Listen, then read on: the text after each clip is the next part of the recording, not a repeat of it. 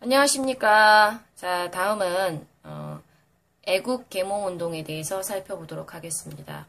일사조약 체결을 전후로 해서 국권 회복 운동이 전개되었다라는 설명을 드렸는데요. 그 중에서 먼저 의병 전쟁과 의거 활동에 대해서 살펴봤습니다. 오늘 이 시간에는 애국 계몽 운동에 대해서 살펴보도록 하겠습니다. 애국 계몽 운동은 교육과 산업 진흥을 통해서 민족의 실력을 양성해서 국권을 회복하자라는 운동이었는데요. 이 애국계몽 운동의 취지를 가장 잘 알려주는 사파가 있습니다. 교과서 40페이지로 선생님과 함께 가보도록 하겠습니다. 교과서 40페이지에 보면 바로 이 사파가 나와 있는데요. 제목은 문명적 진군이라고 나와 있고요. 그리고 이 군인들이 총 대신에 붓을 들고 있는 모습이 인상적입니다.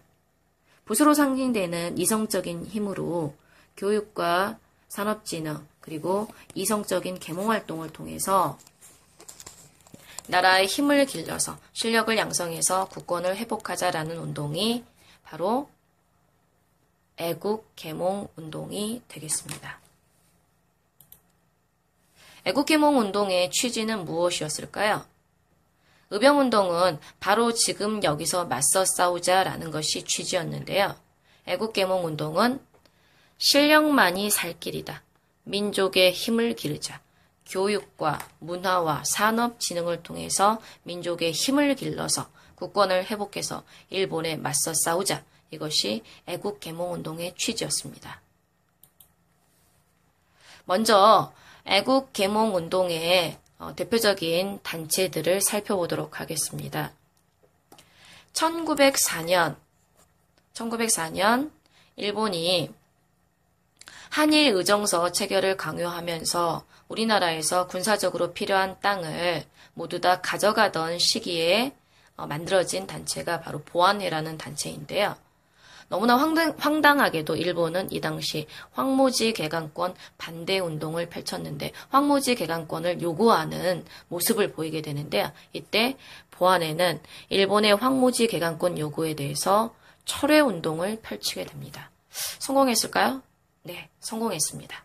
그러나 보안회는 일본의 탄압으로 오래 지속되지 못하고 해체되고 말았습니다. 다음은 보안회 이후에 곧바로 만들어진 헌정연구회들을 살펴보도록 하겠습니다. 헌정연구회는 근대적인 입헌의회 제도를 연구하는 애국계몽운동 단체였는데요. 을사조약이 체결되자 을사조약에 항의하는 강력한 운동을 펼치다가 역시 헌정연구회 역시 해산당하고 말았습니다. 자, 다음으로는 교육과 산업 진흥을 통해서 우리 스스로를 강하게 만들자라는 것을 내세웠던 대한자강회인데요. 대한자강회 역시 1907년 헤이그 특사 파견을 고실로 해서 고종이 강제 퇴위당하자 이것에 반대하는 운동을 펼쳤다가 일본의 탄압으로 해산당하고 말았습니다. 자, 보안회, 헌정연구회, 대한자강회는 각각 너무나 열심히 그 국권을 회복하고자 실력을 양성하고자 운동을 전개하였는데요. 일본의 탄압으로 쉽게 해산되었다라는 공통점을 가지고 있습니다. 이제 을사조약 체결 이후에 일본의 간섭이 본격화되면서 나라 안에서 공개적으로 실력을 키우는 이런 운동 자체가 어려워지게 되는 한계를 보이게 되었는데요. 이 과정에서 1907년 바로 비밀리에 만들어진 결사 단체가 있었습니다. 바로 새로운 백성이라는 뜻입니다. 신민회라는 단체인데요. 신민회는 앞선 애국계몽 운동 단체들의 오류를 금방 해산당하는 오류를 또다시 겪지 않기 위해서 비밀단체로 만들어졌다라는 가장 큰 특징을 가지고 있습니다. 신민회는 국권 회복 그리고 공화정을 내세우면서 등장하게 되었는데요. 이 신민회 활동에서 주요 활동은 안창호, 양기탁, 이승훈 같은 분들이 되겠습니다. 신민회의 활동을 몇 가지로 살펴보도록 하겠습니다. 교육활동에 주력했습니다. 평양 대성학교, 평안도 정주 오산학교를 세웠으며 책, 서적 등을 편찬하기 위해서 태극서관을 운영하였습니다. 그리고 독립운동의 자금과 힘을 비축하기 위해서 평양에 그릇회사, 자기회사를 세웠으며 신민회의 기관지로서 대한매일신보를 발행하였습니다. 자, 그리고 가장 신민회 활동에서 중심적인 활동은 바로 만주 삼원보 지역의 독립운동 기지 건설이었는데요. 이것은 1920년대 무장 독립운동의 기반을 마련하는 틀이 되었습니다. 자, 그런데 신민회가 만주 삼원보 지역의 독립운동 기지를 건설하는 데에는 한 집안의 어마어마한 헌신이 뒤따랐는데요. 선생님이랑 함께 40페이지 교과서 역사 지식을 넓혀요 부분으로 가보도록 하겠습니다.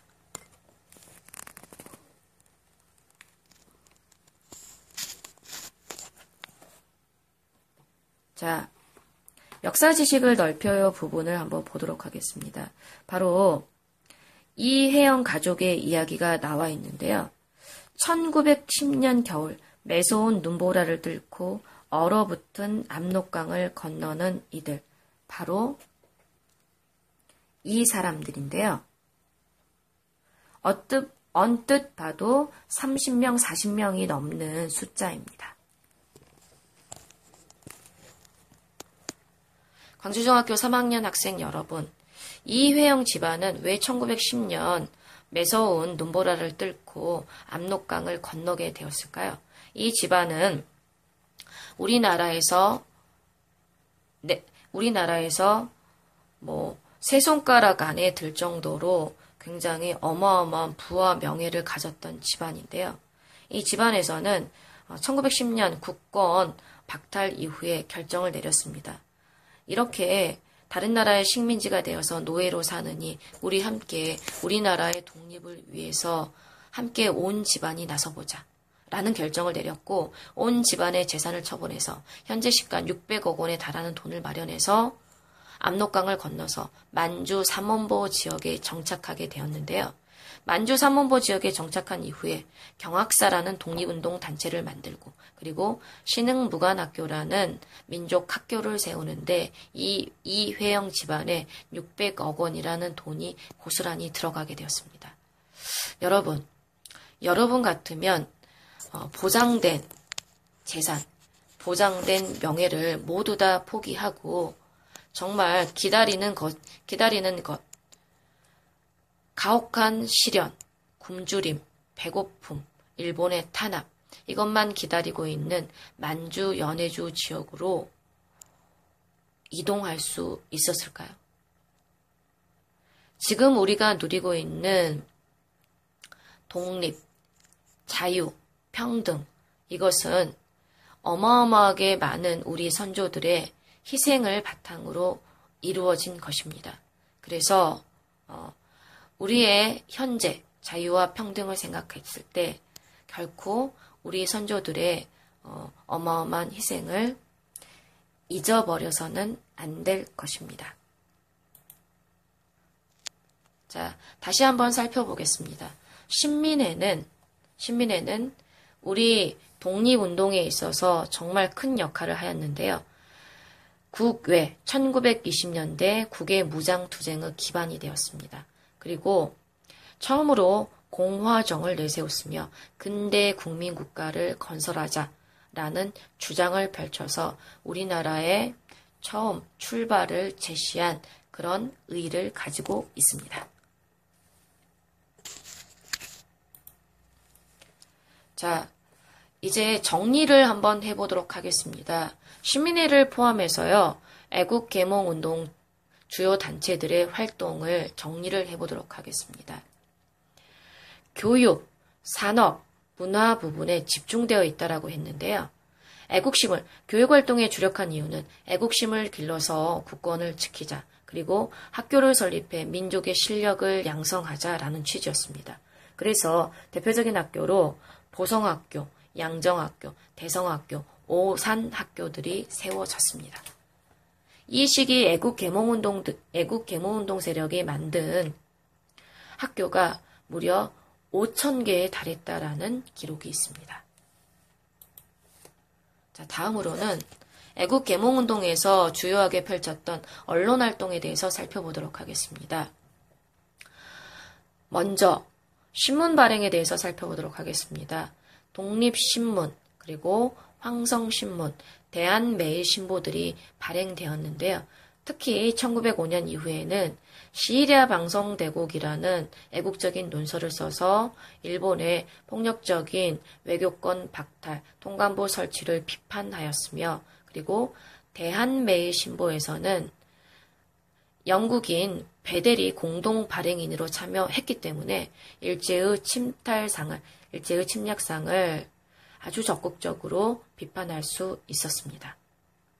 그리고 출판활동이 있겠습니다.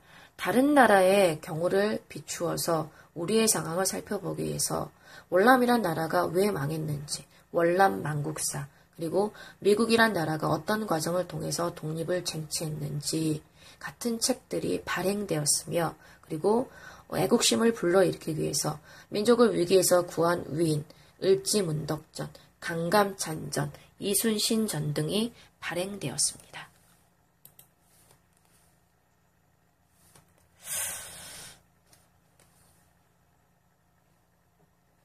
그런데 이 애국개몽운동은 계속해서 큰 한계를 보이게 됩니다. 선생님과 함께 한계를 살펴보도록 하겠습니다. 첫 번째 질문입니다. 교육과 산업, 문화라는 방법, 온건한 방법으로 일본을 과연 물리칠 수 있겠는가? 이게 애국개몽운동에서 우리가 지적할 수 있는 부분이고요. 그리고 두 번째 부분입니다. 약육강식을 인정하는 모습을 보이고 있는데요. 약한 자는 강한 자에게 잡아먹힐 수밖에 없다. 라는 논리. 그래서 민족의 힘을 길러서 국권을 회복하자라는 논리를 가지고 있는데요. 그런데 이것은 결국은 우리가 약하니까 일본의 식민지가 되는 것이 당연한 것 아닌가.